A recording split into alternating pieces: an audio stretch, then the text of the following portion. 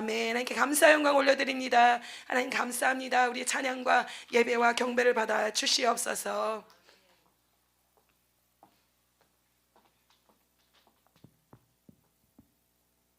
할렐루야. 여러분 반갑습니다. 또 이 시간에 여러분들과 함께 할 수 있어서 너무나도 좋고, 하나님께서 이 시간을 또 이 예배를 받아주시는 줄 믿습니다. 하나님께서는 우리의 찬양을 너무나도 기뻐 받아주시고, 또 우리가 하나님께 드려지는 이 기도를 하나님께서 흠량히 받아주셔서 또 응답하여 주실 줄 믿습니다. 역사해 주실 줄 믿습니다. 정말로 이 예배에 승리하셔서 인생에 승리하시는 여러분이 되시기를 축원합니다. 하나님께서 축복하여 주실 줄 믿습니다. 저는 김영은 목사라고 합니다. 저는 이 진주국제기도원의 부원장으로 섬기고 있습니다. 그리고 또 저는 32년 만에 한국으로 다시 돌아왔습니다. 그래서 하나님께서 미국에서 또 외국에서 이렇게 훈련하시고 또 사용하시다가 한국에 왔는데, 한국에 오니까 너무나도 좋습니다. 또 이렇게 한국 사람들과 같이 할 수 있고 사역할 수 있고, 또 하나님께서 한국말로도 설교할 수 있는 기회를 다시금 저희에게 허락하셔가서는 하나님께서 이제 또 언어도 잘 풀릴 수 있도록 축복해 주시는 줄 믿습니다. 저는 32년 동안 거의 영어만 하다가 한국에 와서 이렇게 내가 정말로 한국말로 설교도 잘하고 그럴 수 있을까 이렇게 생각했는데, 하나님이 입을 붙잡아 주시고 주장하여 주시는 줄 믿습니다. 그렇기 때문에 하나님만을 믿고 나가는 저의 인생이 됩니다. 여러분들도 그 하나님을 만나시기를 축원합니다. 하나님 역사하심을 만나기 축원합니다. 기적을 체험하시기를 간절히 축원합니다. 저희가 며칠 동안 계속해서 다니엘서를 지금 배우고 있습니다. 그리고 공부하고 있습니다. 그래가서는 다니엘 1장, 2장, 3장, 4장, 5장까지 보고, 오늘은 다니엘서 6장을 보기를 원합니다. 그래서 오늘 다니엘 6장에 읽었던 것은 이 모든 다니엘 6장에서 일어나는 것이 끝나고 난 다음에 하나님께 경배드리는 그런 모습을 볼 수가 있습니다. 그 당시에 다리오라는 왕을 하나님께서 세워주셨는데, 그 왕이 하나님을 체험하게 되고 하나님을 정말로 겪게 되니까, 하나님이 이러한 하나님이시구나, 하나님 정말로 위대한 하나님이시구나 라는 것을 선포하는 그러한 모습을 볼 수가 있습니다. 그런데 어떠한 일이 일어났냐, 우리가 1장부터 5장까지 보았을 때, 그 1장부터 5장에서는 다니엘서 1장부터 5장에서는 어떠한 일이 일어났냐, 하나님께서는 유다 백성을 정말로 저 이스라엘 땅에 있게 하셨고, 거기를 축복의 땅이라 말씀하셨고, 거기에서 내가 너희들과 함께 한다고 하였는데 그러지 못했기 때문에 결국에는 바벨론이라는 곳으로 포로 생활을 가게 됩니다. 그것도 하나님께서 70년 동안 내가 거기서 너희들을 훈련할 것이고 단련할 것이고 연단할 것이지만, 거기서 너희들은 절대적으로 나를 찾게 될 것이고 나를 부르짖게 될 것이고 하나님이 정말 주권자 되신다는 것을 알게 될 것이고, 70년의 생활이 다 끝난 다음에 다시금 너희들 돌려보내주리라 라는 그런 말씀이 있었습니다. 그런데 다니엘서를 보니까 이 이스라엘 백성들이 그렇게 하나님이 말씀하였는데 그게 정말로 이루어질까, 하나님이 우리를 채찍질 하실까 이렇게 생각했는데, 다니엘서를 보니까 그것이 정말 이루어졌던 것을 볼 수가 있습니다.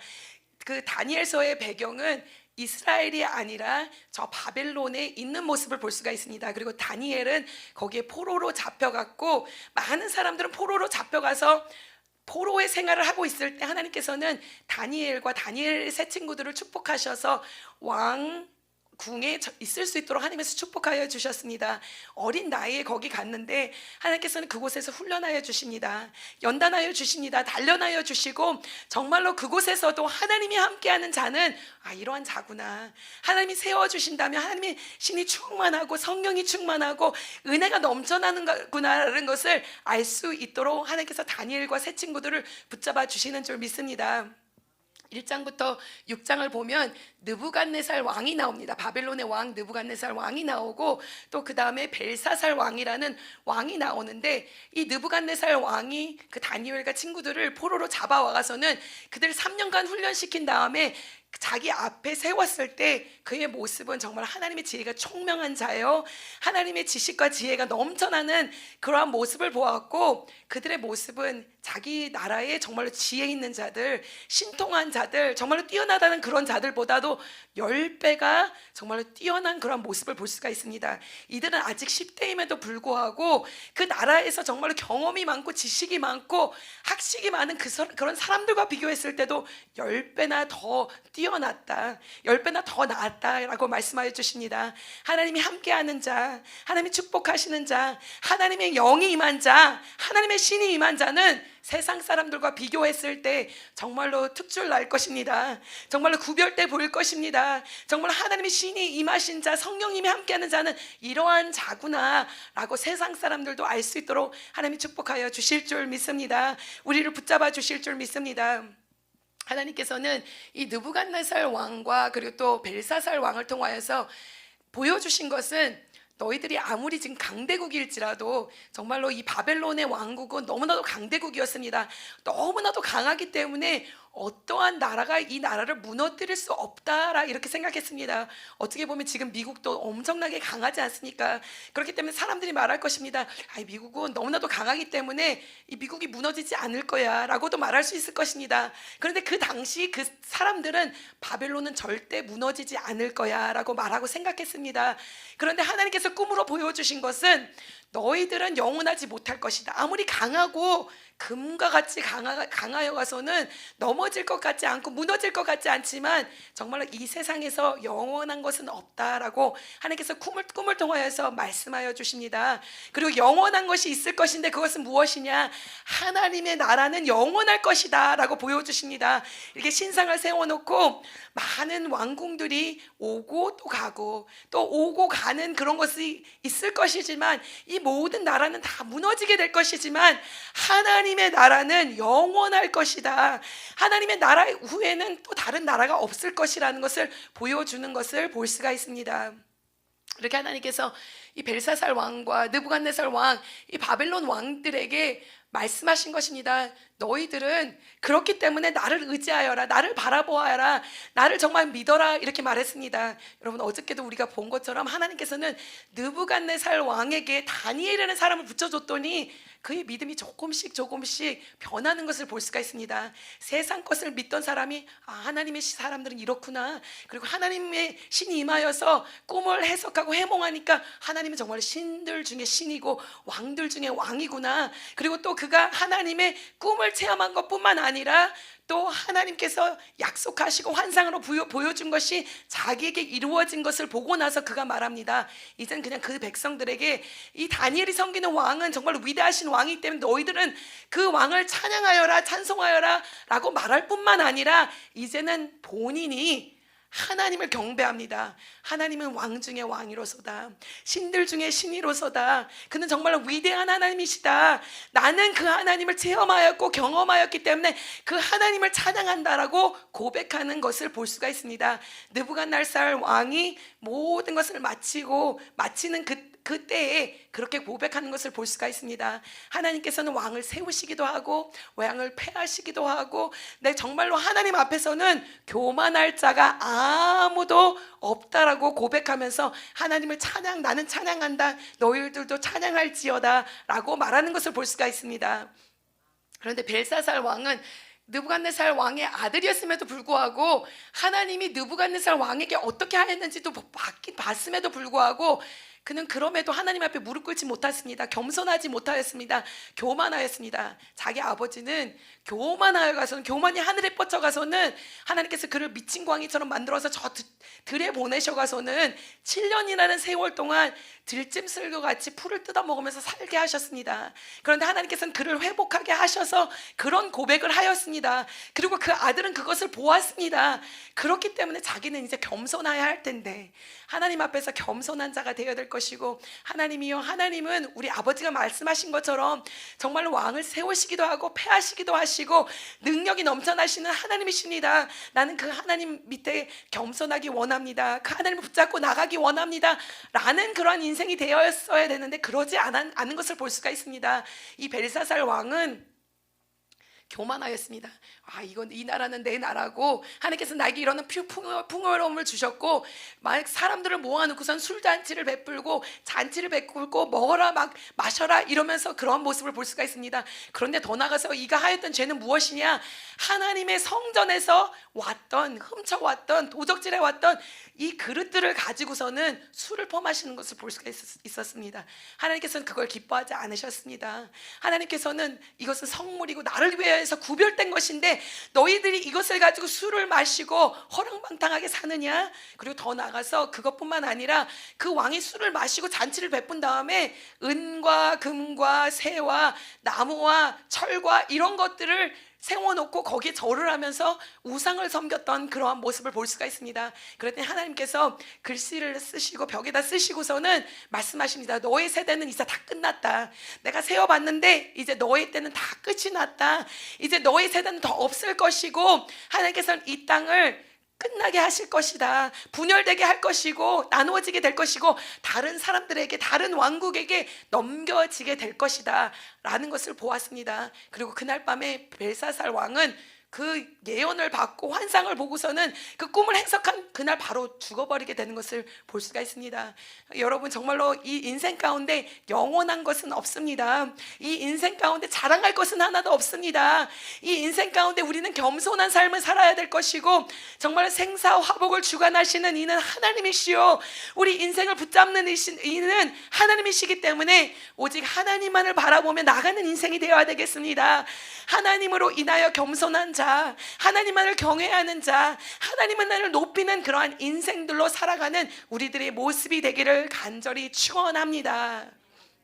하나님께서는 이들의 인생들을 끝나게 하십니다. 바벨론의 이 정말로 강대함도, 강대국도 하나님께서는 하루아침에 무너뜨리게 하시고 벨사살도 죽게 하시고, 그리고서 오늘 6장을 보니까 다리오라는 왕이 등장을 합니다. 그런데 이 다리오라는 왕은 바벨론의 왕이 아닙니다. 하나님께서는 저 메데 바사를 일으키셔서 저 페르시아를 일으키셔가서는 하나님께서는 이들을 패하게 하시고 저 고레스 왕을 일으키셔가서는 이들을 패하게 하시고 고레스 왕이 메대 왕 다리오를 세워가서는 바벨론의 지역을 통치하게 될 때를 오늘 우리가 보고 있는 줄 믿습니다. 한 세대는 이제 패하고 그 다음 세대가 오게 된 것을 볼 수가 있습니다.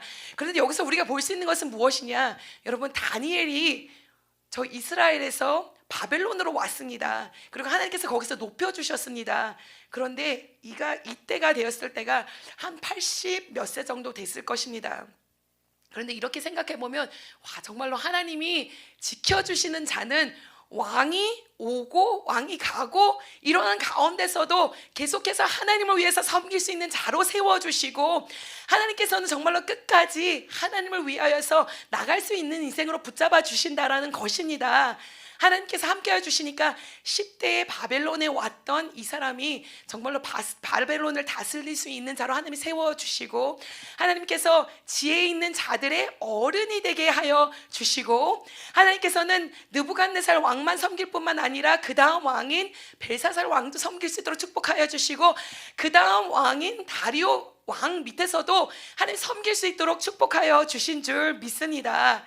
이 다리오 왕이 드디어 이제 바벨론의 이 지역을 통치하게 됩니다. 통치하는데 6장 1절을 보니까 그 나라를 120개로 이렇게 나누었다라고 합니다. 120개로 나누어 가서는 거기를 고관을 두고서는 고관 120명을 두고서는 그 고관들을 관리할 수 있도록 하였다라는 것입니다. 지방을 120개로 나누고 거기 지방을 다스릴 수 있는 사람들을 놓고서는 총리를 3명이나 세웠는데 그 총리 중에 한 사람이 누구입니까, 여러분? 누구입니까? 총리 3명 중에 한 명이 누구였을까요? 하나님께서 다니엘을 총리 3명 중에 한 사람으로 세워주신 줄 믿습니다.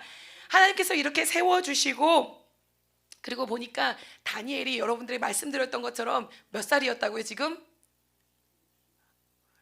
몇 세였어요? 80 정도가 됐습니다. 여러분 기억하십니까? 하나님께서 이들을 바벨론에서 얼마나 훈련하신다고 그랬습니까? 얼마 동안 훈련한다고요? 70년 동안 훈련한다고 하셨잖아요.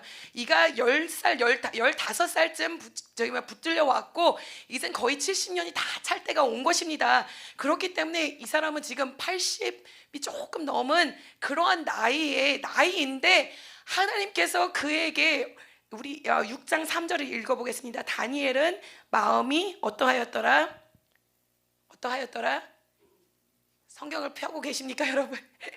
다니엘은 마음이 어떠하였더라? 민첩하여 총리들과 고관들을 위해 뛰어남으로 왕이 그를 세운 세워 전국을 다스리게 하고자 한지라. 아멘.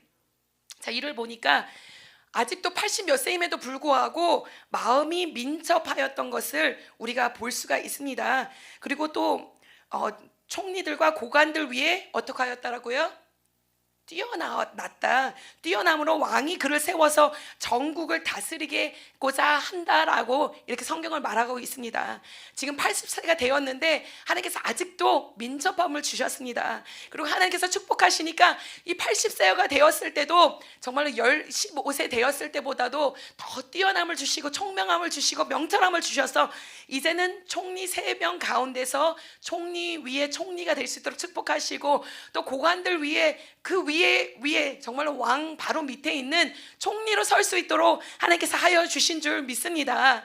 하나님께서 함께하여 주시는 자는 정말로 처음에만 하나님이 함께하여 주시는 것이 아니라 내 인생 다하는 그날까지도 하나님께서 축복하여 주실 것이요, 정말로 민첩한 자로 세워 주실 것이요, 뛰어난 자로 세워 주실 것이요, 정말로 하나님께서 우리를 부르시는 그날까지 하나님을 위해서 사용받을 수 있는 그러한 인생들로 세워 주실 줄 믿습니다. 하나님께서 함께해 주시니까 이렇게 정말로 80세라는 그러한 나이에도 하나님께 함께해 주신 줄 믿습니다. 사람들이 80세 정도가 다 되면은 말합니다. 내가 이제 내려올 때가 다 됐고 내 지식과 지혜가 여기 있음에도 불구하고 좀 느리다라고 생각한다고. 하지만 하나님이 함께 하신다라면 나이가 상관없는 줄 믿습니다. 하나님이 함께 하신다라면 하나님께서는 80세에도 정말로 민첩함이 있을 수 있도록 주여 축복하여 주실 것이고, 또 더 나아가서는 정말로 지식과 지혜가 넘쳐날 수 있도록 함께하여 주시는 줄 믿습니다. 우리는 하나님께서 처음에도 붙잡아 주셨지만 정말로 끝까지 붙잡아 주기를 원하십니다. 그냥 요 때만 붙잡아 주시는 것이 아니라 정말로 우리가 인생을 다 할 때까지 정말 하나님 나와 함께 하셨다, 하나님 나를 붙잡아 주셨다, 내 삶 가운데 역사하셨다라고 하는 그러한 것이 우리 삶 가운데 있기를 간절히 축원합니다. 저는 많은 사람들을 보았는데, 많은 사람들 보면 처음에는 좋았는데 끝이 안 좋은 사람들이 너무나도 많습니다. 처음에는 잘하는 것 같은데 나중에 보면 잘하지 못하는 것을 볼 수가 있고, 처음에는 하나님을 열심히 믿는 것 같은데 끝에 가서는 잘 못 믿는 것 같고, 또 우리 은퇴하시는 목사님들을 봐도 믿음이 많은 것 같았는데 은퇴할 때쯤 돼 보면 믿음이 너무나도 약해 보이는 것 같고 이러는데, 하나님께서 우리에게 원하시는 것은 처음이나 나중이나 같은 것, 정말로 나중에는 더 좋은 그런 역사를 보기 원하시는 줄 믿습니다. 끝나는 그날까지 함께하여 주기를 원하시는 줄 믿습니다. 정말로 다니엘을 보면은, 다니엘을 공부하다 보면 하나님, 다니엘의 모습과 요셉의 모습과 너무나도 비슷합니다. 정말로 이도 애굽에 가서 그 땅에서 하나님께서 그를 축복하여 주시고 하나님의 신이 그와 함께하였고, 하나님이 함께하여서 그가 범사의 형통함을 보았는데, 하나님, 우리도 그러한 인생이 되기를 원합니다. 하나님이 축복하여 주시는 것을 보기 원합니다. 이 요셉은 가는 곳마다 정말 하나님이 함께하였다라는 그러한 사람이었습니다. 그리고 그 구절구절을 읽어보면 정말로 하나님께서 요셉과 함께하심으로 그가 범사에 형통하였더라라는 말씀을 우리가 볼 수가 있습니다. 보디발의 집에 있을 때도 하나님이 함께하셔서 정말로 보디발의 집이 형통하였더라, 정말로 요셉이 형통할 수 있었더라라고 말하는 것을 볼 수 있고, 또 그가 왕의 옥에 들어갔을 때도 그 옥에서도, 그 감옥에서도 하나님께서 함께해 주시는 것을 볼 수가 있습니다. 그 어려움 가운데서도 하나님이 그와 함께 하셨더라, 그랬더니 그가 범사에 형통하였더라 라고 이렇게 말합니다. 그리고선 하나님께서 그를 왕 위에 세워 주었을 때 왕이 그렇게 고백합니다. 정말로 하나님의 신이 이렇게 충만한 자를 우리가 보지 못하였노라. 하나님께서 이 꿈을 너에게 알게 하셨고 하나님께서 너에게 지혜를 주셨으니 정말 하나님께서 말씀하신 것처럼 네가 이 땅을 다스려라. 너가 정말 하나님께서 너에게 주신 그 지혜를 가지고서는 그렇게 계획한 대로 이루어라 라고 말씀하여 주시는 것을 볼 수가 있습니다. 하나님께서는 우리가 처음에도 함께하여 주셨던 하나님께서는 우리가 어디 가든지 함께하여 주기 원하십니다. 느부갓네살 왕 밑에 있을 때도 함께하셨던 하나님께서는 벨사살 왕 밑에서도 함께하여 주셨고, 다리오 왕 밑에서도 함께하여 주셨고, 하나님께서는 다니엘의 인생 끝날 때까지 함께하여 주신 하나님께서는 여러분들의 인생 끝날 때까지 함께하여 주기 원하시는 줄 믿습니다. 이전에도 함께하셨던 하나님께서는 지금도 함께하여 주시고 또 내일도 함께하여 주실 것이고 정말 세상 끝날 때까지 붙잡아 주실 줄 믿습니다. 이렇게 하나님께서 함께하여 주시니까 하나님께서는 그를 총리 중에서도, 총리라는 것은 대단한 것 아닙니까? 관리하는 자, 제일 위에서 관리하는 자가 아닙니까? 그런데 총리 중에서도 총리가 되게 이제 정말로 계획하고 있다는 것입니다. 이 다리오 왕이 이 사람은 민첩한 사람이고 정말로 다른 총리들보다도 고관들보다도 더 뛰어난 사람이기 때문에 내가 전국을 다스리게, 이 모든 사람 위에서 다스릴 수 있도록 어떻게 하자라고 지금 계획하고 있는데, 이 총리들과 고관들이 이것을 알았던 것입니다. 그렇기 때문에 어떻게 보면 질투가 났을 것입니다. 셈이 났을 것입니다. 그래서는 셈을 내기 시작하고 어떻게 하면 우리가 이 다니엘을 죽일 수 있을까라고 생각했습니다. 그래서 오늘 본문 말씀 4절에서 보니까 그들이 다니엘을 고발할 근거를 찾고자 하였다라고 이렇게 말합니다. 마귀 원수들은 우리를 무너뜨리려고 합니다. 우리를 넘어지게 하려고 합니다. 우리를 죽이려고 합니다. 오늘 다니엘을 죽이려고 한 것처럼 세상과 마귀와 원수들은 우리를 죽이려고 합니다. 그러나 하나님께서는 우리를 붙잡아 주시는 줄 믿습니다. 다니엘의 허점을 찾아서 고발할 근거를 찾고자 하였나? 성경은 말합니다. 4절에 아무 근거, 아무 허물도 찾지 못하였으니 이는 그가 충성되어 아무 그릇됨도 없고 아무 허물도 없었음이니라 라고 말합니다. 정말 세상 사람들은 이게 털어가서는 먼지 안 날 사람이 없다고 그러지 않습니까? 한국의 정치도 보니까 저는 미국 정치도 무섭다 생각했는데 한국 정치가 엄청 무섭더라고요. 다 털어가서는 이렇게 하는 거 보니까 한국이 어마어마하고 참 무서운 나라다. 근데 오늘 보니까 사람들이 이러는 거야. 한번 털어보자. 먼지 털어가서는 나나 안 나나 보자. 그런데 아무 근거도 없고 아무 허물도 없고 아무래도 찾을 것이 없다라고 말합니다. 영어로는 이렇게 말합니다. They couldn't find no corruption in him because he was trustworthy and neither corrupt nor negligent. 그 무슨 말이냐? 정치에 부패된 것이 하나도 없었다라고 영어 성경은 이렇게 말해주고 있습니다. 왜냐하면 그는 신실하였던 자이기 때문에, 그리고 정말로 부패된 것이 하나도 없고 그리고 게으른 것도 하나도 없었다라고 영어 성경은 이렇게 말해주고 있습니다. 정말 세상적으로 정치를 하는 가운데서도 정말 부패된 거 하나도 없고 허점이 하나도 없는 것을 우리가 볼 수가 있습니다. 그렇기 때문에 이들이 말합니다. 우리가 허점을 찾을 수 없으니까 우리가 할 수 있는 것은 딱 하나가 있다. 5절에 말합니다. 그들이 이들의 이 다니엘은 그 하나님의 율법에서 근거를 찾지 못하면 그를 고발할 수 없으리라. 아멘. 여기서 말하는 것은 우리가 이 정말로 정치적으로는 털어서 저 먼지도 하나 나지 않으니까 우리가 할 수 있는 것은 종교적으로 핍박을 한번 해보자 라는 것입니다. 그가 믿는 하나님, 그가 믿는 율법을 통하여서 우리가 그를 한번 끌어내려 보자 라고 말하는 것입니다. 여러분, 우리가 이 세상을 살아갈 때 이것을 보면서 정말로 마지막 때에는 이 세상이, 이 원수가, 이 마귀들이 우리를 세상의 것으로 털으려고 하는 것이 아니라 정말로 우리가 믿는 하나님 때문에 우리를 끌어내리려고 하지 않을까, 그렇게 싶습니다. 정말로 너희들은 왜 예수를 믿니? 왜 주의를 지키니? 왜 기도하니? 왜 예수의 사상을 가지고 그렇게 살아가니? 라고 말하면서 우리를 끌어내리려고 할 것입니다. 하나님께서는 우리 이 교회들 가운데 핍박을 주셨습니다. 코로나 가운데서도 교회들이 너무나도 핍박을 받았습니다. 어려움을 겪었습니다. 그러나 그것은 정말로 우리에게 마지막 때 일어날 것을 보여주는 일부분이라고 생각됩니다. 정말로 이 마지막 때가 온다면 우리가 환난을 당할 것이요, 핍박을 당할 것이요, 예수 그리스도를 믿는 그 믿음으로 인하여서 우리가 죽음을 당하게 될 것이고 핍박을 당하게 될 것이고 정말로 목숨을 내어놓는 그러한 것을 경험하게 될 것입니다. 이렇게 종교적으로 정말 이를 핍박하는 것을 볼 수가 있습니다. 그리고 그들이 왕에게 나옵니다. 왕이시여, 우리가 하나를 제안하기 원합니다. 왕이시여, 딱 30일 동안만이요. 길게도 아니고 짧게도 아니고 우리 딱 30일만 왕께서 이 명령을 내려주시고 조서를 내리신다면 너무나도 좋겠습니다. 우리는 왕 외에는 다른 신에게는 절대로 구하거나 기도하거나 정말로 예배드리거나 절하지 않게 이렇게 명령을 내려주십시오. 그리고 거기다가 도장을 콱 찍어주시면은 이 법대로, 우리 메데 바사의 법대로 따르면은 왕이 도장을 찍으면 왕도 이것을 바꿀 수 없고 세상 사람도 아무도 이것을 변경시킬 수가 없는데 그렇게 하십시다 라고 말을 합니다. 그때 왕이 아마 생각했을 때 별거 아니라고 생각했을 것입니다. 30일 동안 그렇게 하는 건데 뭐 어떻겠습니까? 그리고 또 나 외에는 다른 신에게 절하지 말라고 하고 구하지 말라고 하는데 좋다라고 생각했을 것입니다. 그런데 미처 몰랐었던 것입니다. 그래서 도장을 꽝 찍어주고서는 이제는 아무도 이것을 바꿀 수 없는 그러한 시츄에이션이 일어나게 된 것을 볼 수가 있습니다. 그런데 다니엘에게 그것이 임하였을 때 다니엘이 어떠한 모습을 취했는지, 어떤 행동을 취했는지 우리가 보기를 원합니다. 다니엘 6장 10절을 보겠습니다.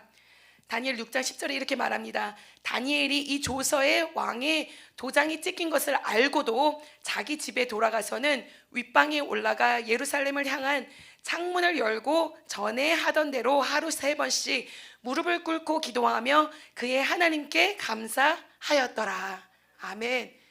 여러분, 정말로 우리가 마지막 때에 이런 환난을 당하였을 때 우리가 다니엘과 같지 않아야 될까 이렇게 생각합니다.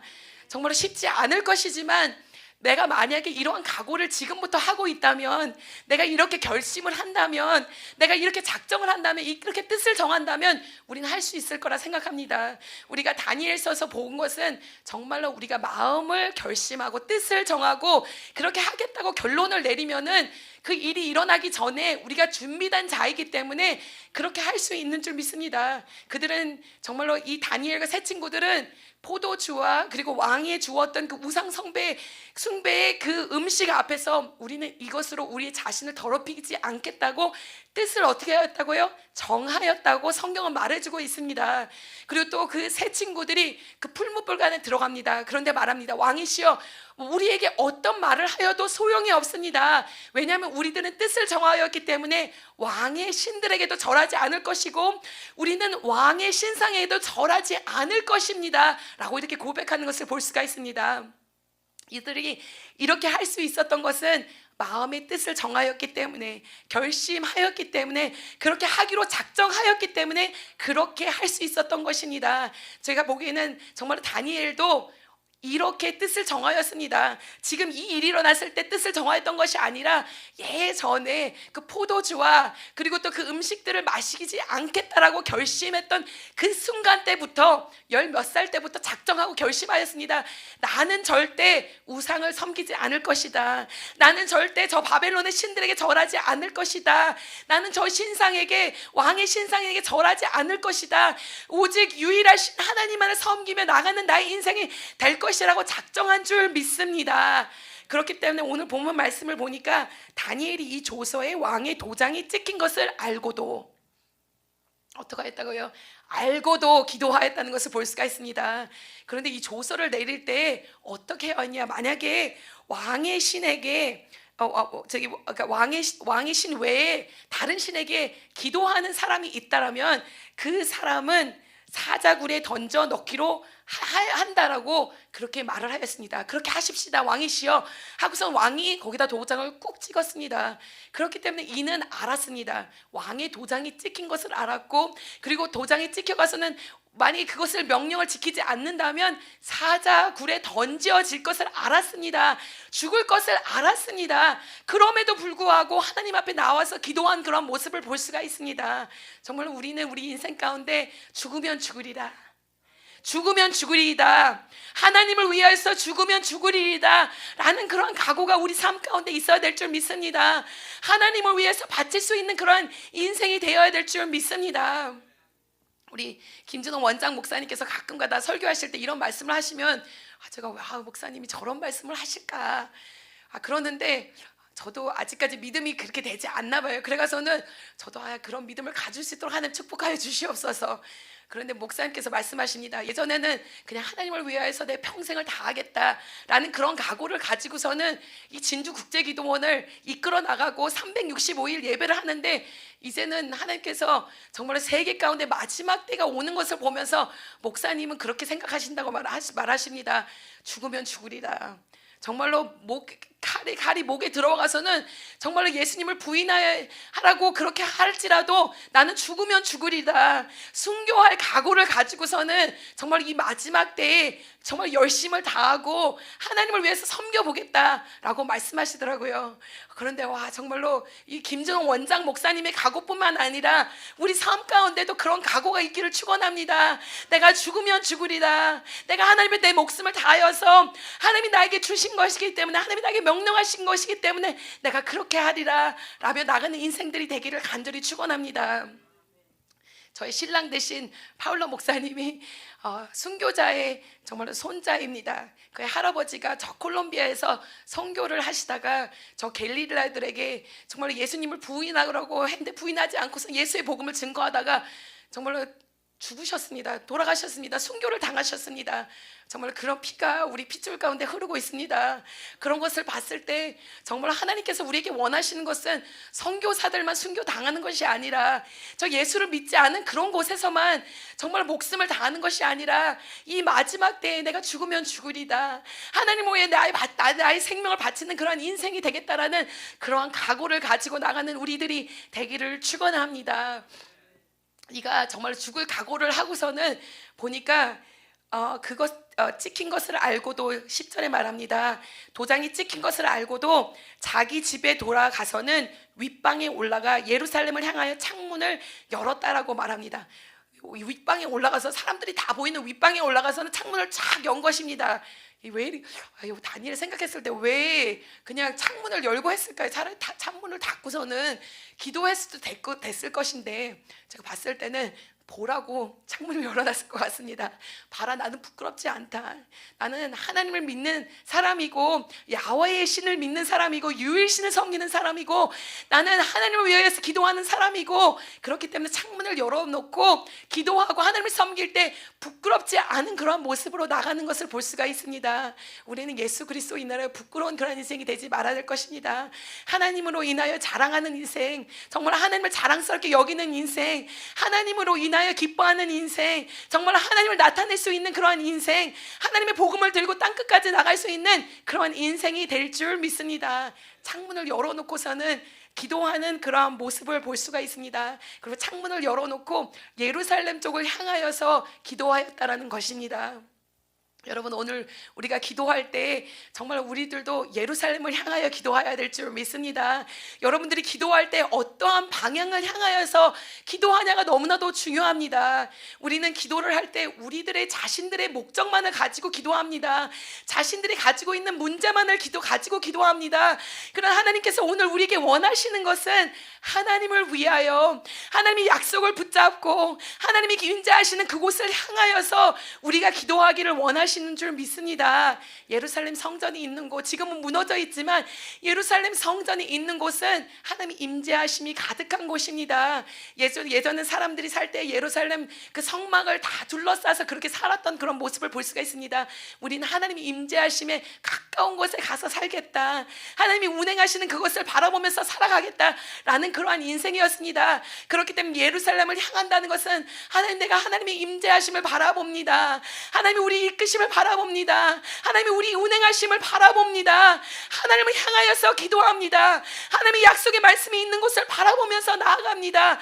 하나님의 약속을 붙잡으면서 우리가 기도합니다 라며 나아가는 그러한 모습을 볼 수 있는 줄 믿습니다. 오늘 하나님의 약속의 말씀을 붙잡고 기도하시기 바랍니다. 하나님을 붙잡고 기도하시기 바랍니다. 하나님이 원하시는 그 뜻을 붙잡고 나가시기를 축원합니다. 하나님의 임재 가운데 거하여서 기도하길 바랍니다. 하나님의 운행하심을 따라 기도하시고 성령의 충만함을 다 받아서 기도하시는 여러분들이 되시기를 축원합니다. 그리고 보니까 이가 기도를 창문을 열어놓고 예루살렘을 향해서 기도하는데 한 번 딱 하면 좋은데 그것이 아니라 오늘 본문 말씀을 보니까 창문을 열고 전에 하던 대로 하루에 3번씩 무릎을 꿇고 기도하였다라고 말합니다. 하루에 몇 번 하였다고요? 3번씩이나 기도하였던 것을 볼 수가 있습니다. 이건 유대의 백성들이 정말 하나님께 기도하였던 그런 모습을 볼 수가 있는데, 그들은 3시에 6시에 9시에 이렇게 딱 시간을 정해놓고 기도했던 것을 볼 수가 있습니다. 그런데 그때 당시에 정말로 누가 이렇게 기도했는지 모르겠는데 다니엘은 정말로 하나님을 향하여서 시간을 정해놓고 정말로 이 습관처럼 자기 정말 몸에 배어가서는 계속해서 기도했던 그런 모습을 볼 수가 있습니다. 우리가 오늘 진주국제기도원에 나와서 기도하지만 이 진주국제기도원에 나왔을 때만 하나님을 갈망하는 것이 아니라, 하나님을 바라보는 것이 아니라, 우리가 계속해서 시간을 정해놓고 정말로 이것이 나의 몸에 배어가서는 계속해서 하나님 앞에 시간마다 나아갈 수 있는 우리 인생들이 되길 원합니다. 하나님께 정말 꾸준히 나가는 여러분들의 인생들이 되기를 축원합니다. 누가복음 22장 39절에 보니까 예수님께서도 그 감람산에 가셔서 기도하는 그런 모습을 볼 수가 있습니다. 죽는 순간이 다가왔습니다. 그럼에도 불구하고 정말로 보니까 성경에서 이렇게 말합니다. 예수께서 나가사 습관을 따라 감람산에 가심에 제자들도 따라갔더라라고 말합니다. 예수님이 죽기 전에 기도하시는데 어떻게, 무엇을 따라서? 습관을 따라서. 이것은 무엇을 말하냐? 예수님은 계속해서 시간을 정해놓고 기도하셨다라는 것입니다. 기도하는 것이 몸에 배어 있었다라는 것입니다. 이것이 그냥 자기 것이 되었다라는 것입니다. 이렇듯이 우리도 정말로 기도하는 모습을 보여야 되겠습니다. 기도하는 사람들이 되어야 되겠습니다. 정말로 습관처럼 배워가서는 우리가 계속해서 3시에 나와서 기도하고 6시에 나와서 기도하고 9시에 나와서 기도하고 계속해서 우리 삶 가운데 기도하지 아니하면 안 되는 그런 인생이 되어서 하나님 앞에 나아갈 때 하나님께서는 그 사람을 축복하여 주실 것입니다. 다니엘이 기도하였기 때문에 하나님의 중심 가운데 살 수 있는 인생이 되었을 것입니다. 그가 기도하는 사람이었기 때문에 하나님의 임재하심이 있는 사람으로 살아갈 수 있었을 것입니다.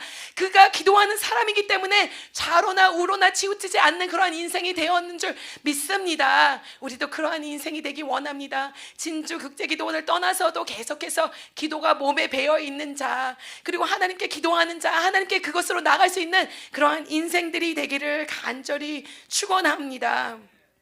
그리고 보니까 전에 하던 대로라고 했습니다. 전에 하던 대로 3번씩 하였고, 그리고 그가 하나님 앞에 무릎을 꿇고 기도하였다라고 합니다. 이 무릎을 꿇는다는 것은 하나님 앞에 겸손하게 나갔다라는 것입니다. 여러분, 무릎 꿇으십시오. 하나님 앞에 무릎 꿇으십시오.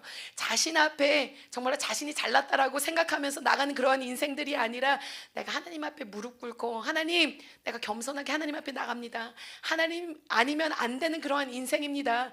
하나님이 도와주지 아니하면 안 되는 그러한 인생입니다. 하나님이 붙잡아주지 아니하면 안 되는 그러한 인생입니다 하고 무릎 꿇며 나아가는 그러한 우리들의 인생이 되어야 될 것이요, 우리가 기도하며 나아갈 때도 겸손한 마음으로 전부여 의지없어서 내가 주 앞에 나옵니다.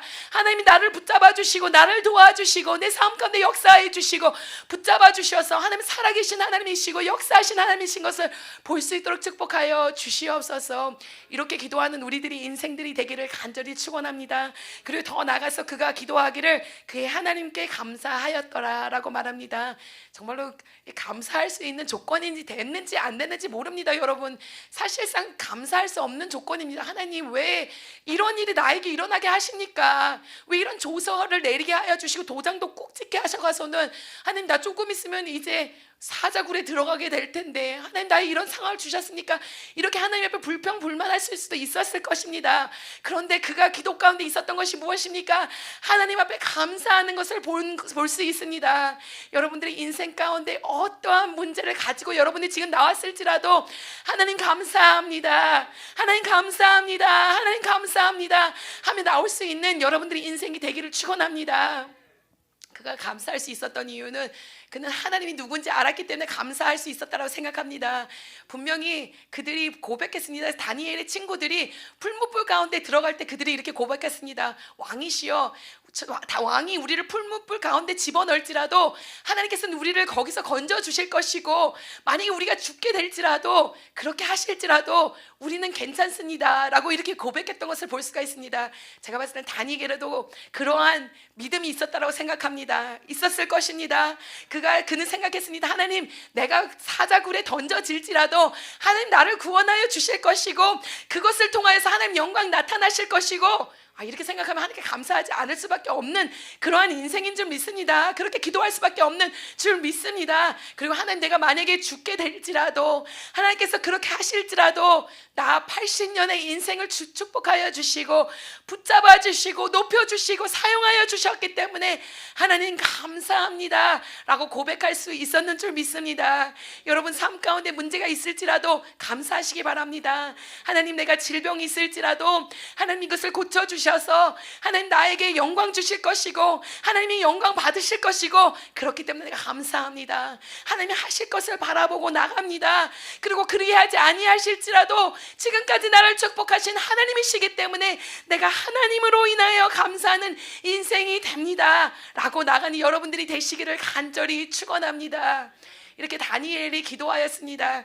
다니엘이 이렇게 기도하였더니 이것은 완전히 덫을 놓은 것입니다. 분명히 그들은 알았습니다. 창문 열어놓고서 조금 있으면 기도할 건데 다 지키고 서 있었을 것입니다.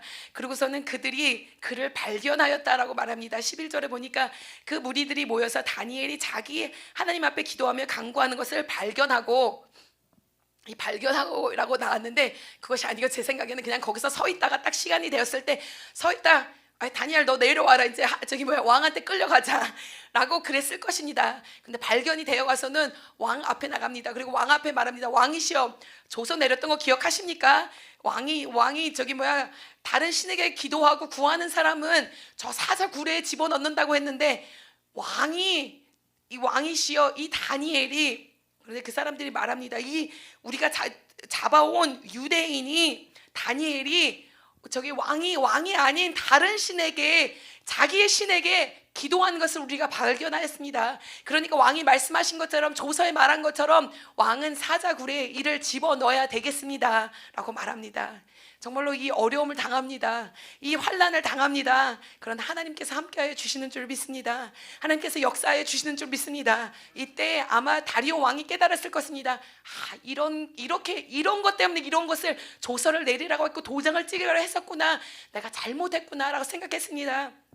그래서 왕이 막 궁리를 세웁니다. 어떻게 하면 내가 다니엘을 꺼내줄 수 있고 어떻게 하면 구할 수 있을까? 그런데 아무리 생각을 해봐도 아무리 애를 써봐도 다니엘을 구해줄 방법이 전혀 없습니다. 다니엘서 6장 14절을 보니까 이렇게 말합니다. 왕이 이 말을 듣고 그로 말마 심히 근심하여 다니엘을 구원하려고 마음을 쓰며 그를 건져내려고 힘을 다하다가 해가 질 때에 이르렀더라. 그 무리들이 또 모여 왕에게로 나와서 왕께 말하되, 왕이여, 메대와 바사의 규례를 아시거니와 왕께서 세우신 금령과 법도는 고치지 못할 것이니라. 아멘. 아무런 방법이 없는 것입니다. 이 제일 높은 왕임에도 불구하고 왕이 어떻게 해볼 수 있는 방법이 전혀 없는 것입니다. 이 정말로 원수들이 왕까지도 꽁꽁 묶어 놓아가서는 왕이 도장 찍은 것을 어떻게 할 수 없게 한 것을 볼 수가 있습니다.